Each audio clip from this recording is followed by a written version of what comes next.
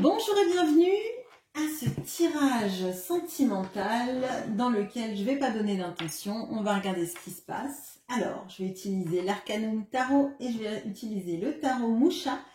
J'espère que vous allez bien, installez-vous tranquillement et on commence. Alors, qu'est-ce qui arrive?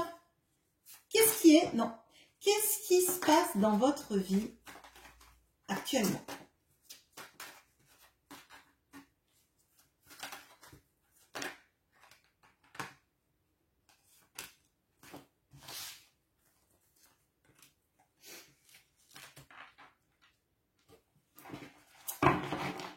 Alors, on a le 10 de bâton. On a la prêtresse qui est absolument magnifique.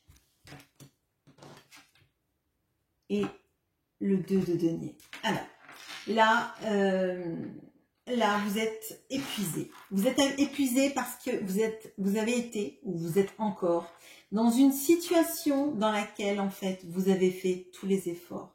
Vous avez mené et tenu cette relation à bout de bras. Vous avez laissé des chances, vous avez laissé des opportunités. Vous avez essayé de faire en sorte que ça marche, mais jusqu'au bout, jusqu'à l'épuisement.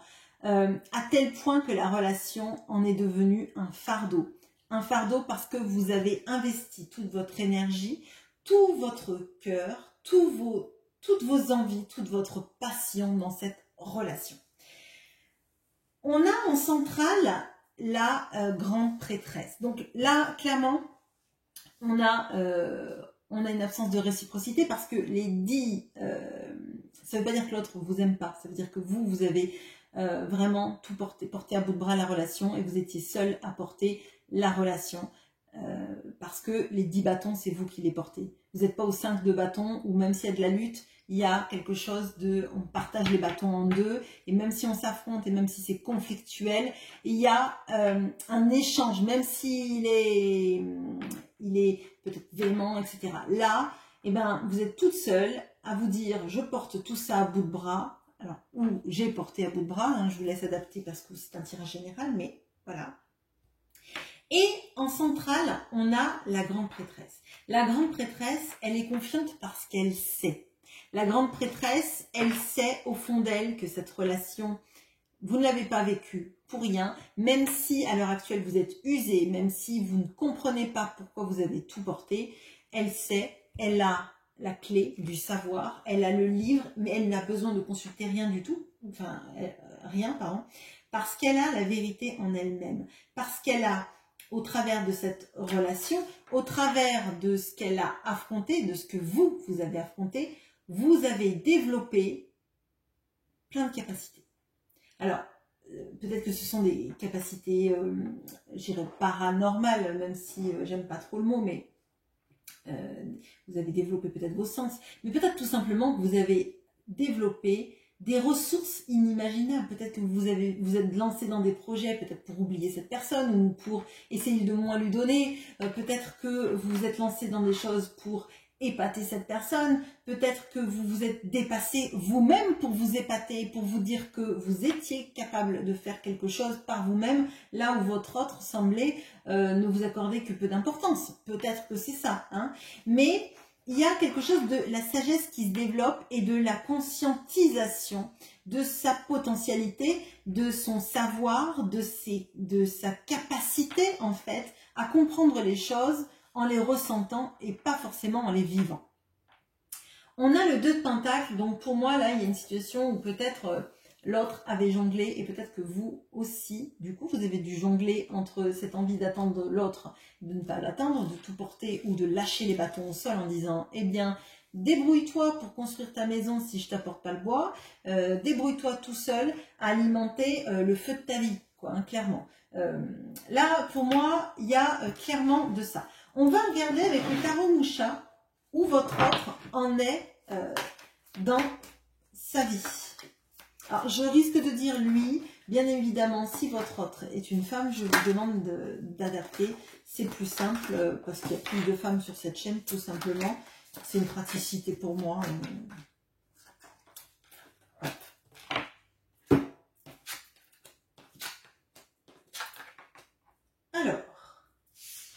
on a le 9 de denier, on a le magicien central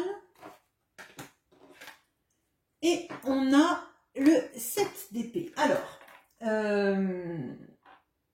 votre autre, il est dans une meilleure situation entre guillemets. Bon, on a déjà en centrale tous les deux, vous avez un arcane majeur, donc lui, il a le magicien, vous, vous avez la grande prêtresse. Bon. Alors, votre autre, là, financièrement parlant ou en termes d'acquis ou en termes de stabilité, il est bien. Il est bien, mais il est bien tout seul. Toutes ces cartes sont des cartes toutes seules. Bon, bah vous aussi, hein, je dirais, mais avec cette notion du 10 de bâton, on voit que vous êtes seul parce que vous portez les responsabilités seul, vous portez la situation seul, vous portez cette relation en bout de bras, clairement. Là, votre autre, c'est plutôt je profite de ma vie, de ce que ma vie m'apporte. Je suis alors c'est peut-être l'idée d'être un peu égoïste, mais c'est surtout l'idée de se prioriser. Donc votre autre dans sa vie se priorise avec les choses qui lui font du bien, plutôt tout seul en mode je profite vraiment de ce que la vie m'apporte et je me pose pas trop de questions. Bon. On a pourtant le fait d'avoir envie d'un nouveau départ. Et de vibrer qu'il est temps, que enfin il se sent capable de partir sur un nouveau chemin. C'est pas le fou, hein. C'est vraiment, il part pas, mais il sait qu'il a toutes les capacités pour transformer sa vie, changer sa vie et commencer quelque chose de nouveau. Par contre, là où cette carte, je ne l'aime pas du tout, d'ailleurs je pense qu'il y a très peu de personnes qui tirent les tarots qui aiment le 7 d'épée. Le 7 d'épée, c'est la personne qui part à la dérobée. C'est la personne qui n'est pas toute franche, c'est la personne qui part un jour acheter des cigarettes et ne revient pas. Bon, clairement.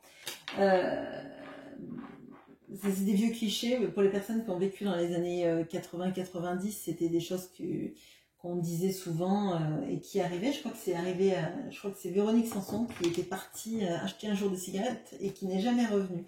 Mais c'est vraiment cet archétype-là de la personne qui décide de partir mais en douce, à la dérobée.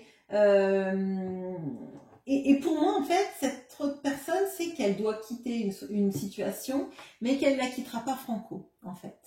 Que si elle veut recommencer quelque chose, il va falloir qu'elle biaise, en fait. Donc c'est vrai que c'est pas des belles énergies, hein, à mon sens, c'est des énergies compliquées. Mais tous les deux, il y a quelque chose de... il y a quelque chose de porter les choses à bout de bras. Alors, à mon sens, vous portez la relation à bout de bras. Et cet autre, en fait, a une situation dans laquelle, en fait, il a mis beaucoup d'énergie. Et en fait, je ressens, j'ai mis des billes dans une situation et je reprends toutes mes billes. Comme ça, je les perdrai pas. Enfin, c'est vraiment, c'est pas le cas de denier, mais je vais partir en sournois, comme ça, je pourrais partir avec le maximum de choses possibles et moins perdre. Il y a quelque chose de ça. C'est pas des belles énergies, c'est pas des énergies que j'aime, mais il y a quelque chose de la fuite et de fuir pour pas être jugé, et d'être jugé mais pas de voir en fait que les autres sont dégoûtés de soi ou ont une mauvaise image de soi, etc. Enfin vraiment là c'est assez flagrant, enfin c'est assez fou. Bon, alors qu'est-ce qui vient vers vous dans les semaines qui viennent?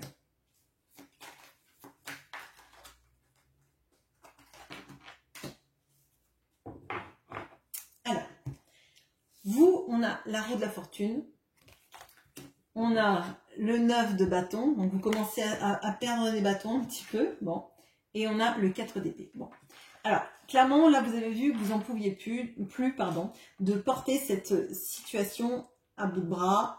C'était trop lourd, 10 bâtons. Donc, là, il y a un coup du destin que je vois plutôt positif. mais qui vous montre qu'en fait, alors ça peut être une rencontre, ça peut être l'intermédiaire de quelqu'un qui croise votre chemin et qui vous donne le conseil qui vous fait vibrer, qui vous fait comprendre. Peut-être que vous voyez un film à la télé ou vous écoutez une chanson et là vous vous dites « Oh mais c'est l'histoire de ma vie c'est assez fou en fait. » Et donc, vous perdez un bâton sur le chemin.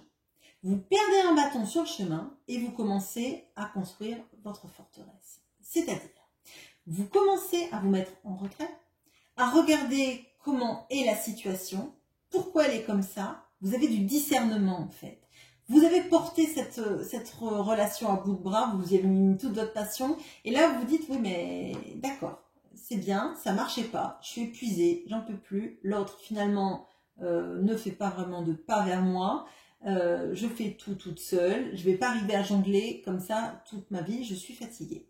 Là, il y a cet événement du destin qui arrive et qui vous fait prendre conscience qu'il faut que vous vous protégiez. Il faut que vous vous protégiez parce que vous ne pouvez pas porter tout ça, parce que vous allez finir par tomber malade, vous fatiguer, vous user, vous faner quelque part. Il y a quelque chose de cet ordre-là. Et vous vous dites, ben, je vais mettre un peu en retrait, puis je vais regarder cette situation, peut-être objectivement, peut-être avec des faits, de manière factuelle. Qu'est-ce que l'autre a donné? Qu'est-ce que moi j'ai donné? Ça reposait sur quoi notre relation? Qu'est-ce que l'autre m'a laissé comme signe du fait qu'il voulait s'engager ou pas? Est-ce que finalement c'est pas moi qui ai trop voulu cette relation? Peut-être qu'il y a de ça. Bon. Et on voit que vous vous mettez en retrait et que vous guérissez. Je pense que là, il y a un temps de pause qui arrive vers vous, un temps de réflexion. Peut-être que c'est un temps où vous n'allez pas communiquer avec l'autre ou pas chercher à communiquer avec l'autre pour vous recentrer sur vous et sur votre bien-être et sur vos envies à vous. Là, je vois pas du gros mouvement. Je vois vraiment une prise de conscience, une prise de recul et une prise d'envie surtout de s'épargner en fait, de s'épargner, de pas s'étioler. À mon sens, il y a vraiment ça. On va voir du côté de Monsieur le 7 d'épée. Ok.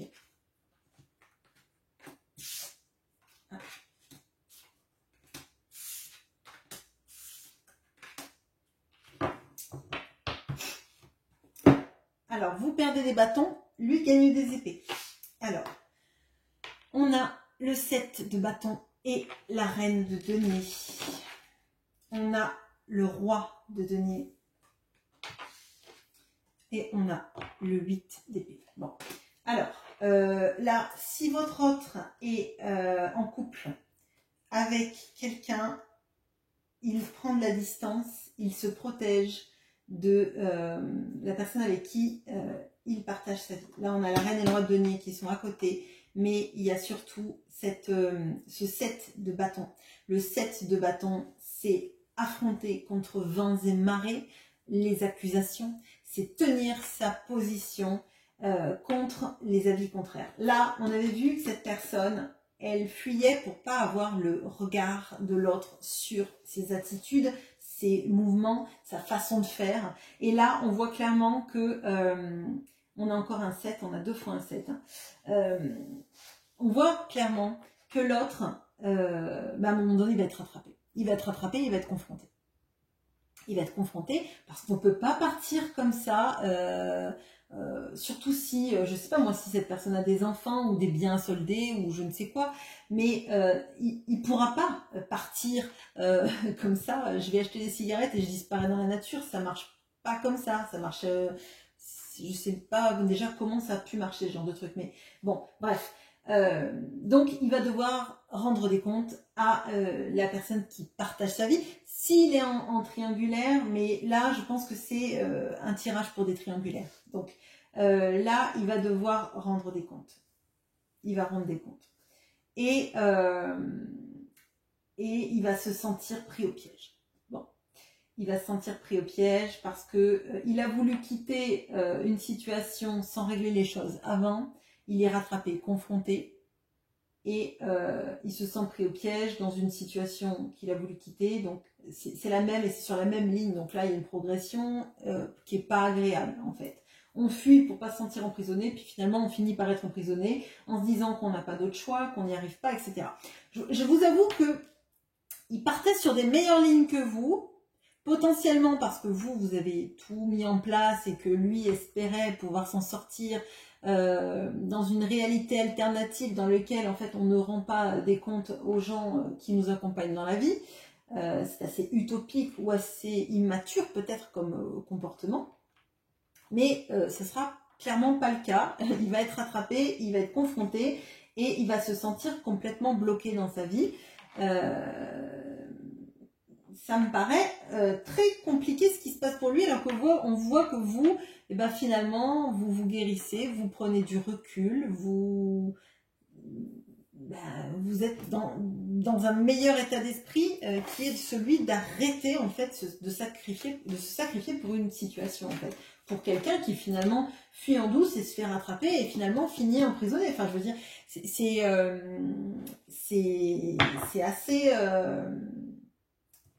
assez bizarre en fait. C'est quelqu'un qui a profité beaucoup de tout en fait, et puis le jour où il part en douce, bah finalement il n'avait pas bien préparé son départ parce que c'est un truc un peu sur un coup de tête hein, quelque part, j'ai l'impression moi, et ça marche pas. Alors, pour vous, quel est le conseil du tarot vis-à-vis de cette personne?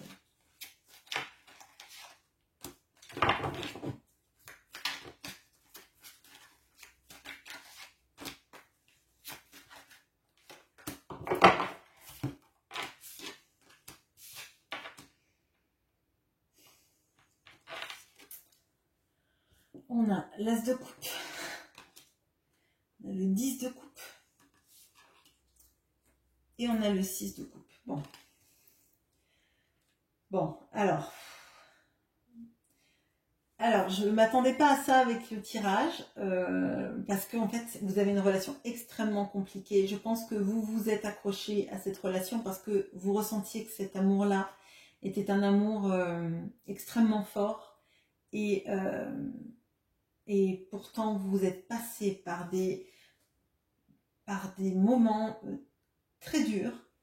Et là, le conseil du tarot, c'est d'y croire en fait. C'est de croire en cet amour, que cet amour, il est vrai, il est beau, il existe. C'est un lien amoureux extrêmement fort. Enfin, je veux dire, l'as de coupe, le 10 de coupe, le 6 de coupe, il manquait le 2 de coupe et on avait les plus belles cartes de coupe du tarot.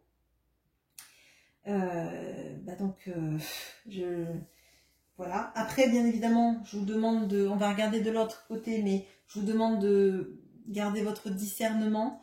C'est un tirage général. Si vous sentez que cette situation vous fait trop de mal et que vous devez vous éloigner de cette personne, faites comme bon vous semble. Si la vie doit vous remettre sur le même chemin parce que c'est le grand amour, elle vous remettra sur le même chemin. Ne restez pas dans une situation où vous êtes malheureux en fait. Hein.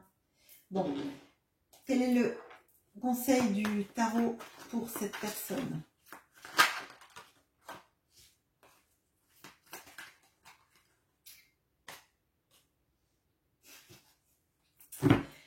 Ok, alors on a le cavalier de bâton, la reine de bâton et la force. On conseille à votre autre d'avoir la force de partir au combat pour rejoindre la femme qui suscite toute sa passion, ou l'homme qui suscite toute sa passion, bien évidemment. On conseille à votre autre d'avoir du courage pour se battre pour les bonnes choses qui valent le coup dans sa vie, pour la personne qui est la personne dont il rêve toutes les nuits, qui suscite son désir et sa passion, et on lui dit de clairement avoir la force psychologique de se battre pour vous. Voilà. J'espère que ce tirage vous aura parlé. Il était très dense, il était très riche, et je vous souhaite une bonne journée. À bientôt.